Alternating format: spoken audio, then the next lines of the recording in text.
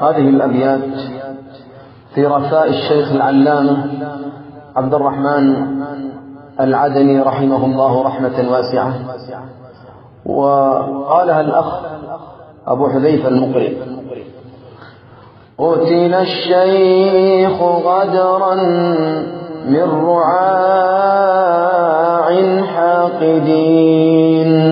قتل الشيخ صبرا من يهود ظالمين،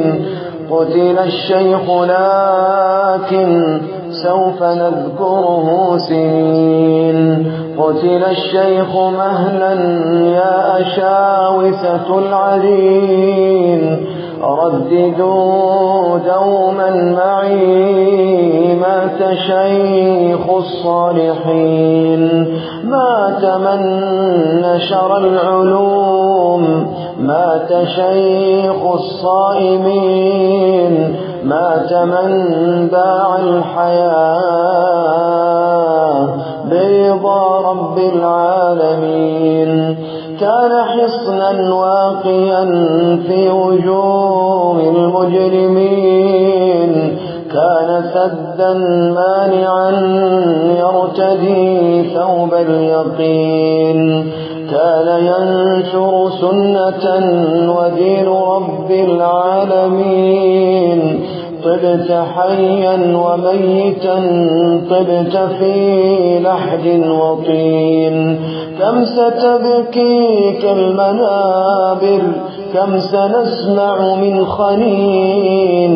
كم ستذكرك الدفاتر كم سيذكرك البنين، كم ستبكيك المقابر بل وكم رجل حزين، أنت حقا عالما عاش مرفوع الجبين، أنت حقا زاهدا عشت في دنيا ودين، لا تلمني في بكائي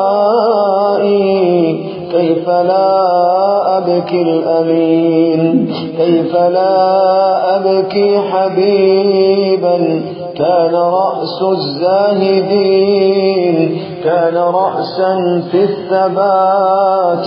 كان دوما كالعرين، رب فاجعل شيخنا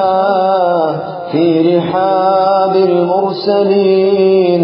في منازل عاليات في رياض ونعيم، مات ركن الطائعين، مات زين العابدين.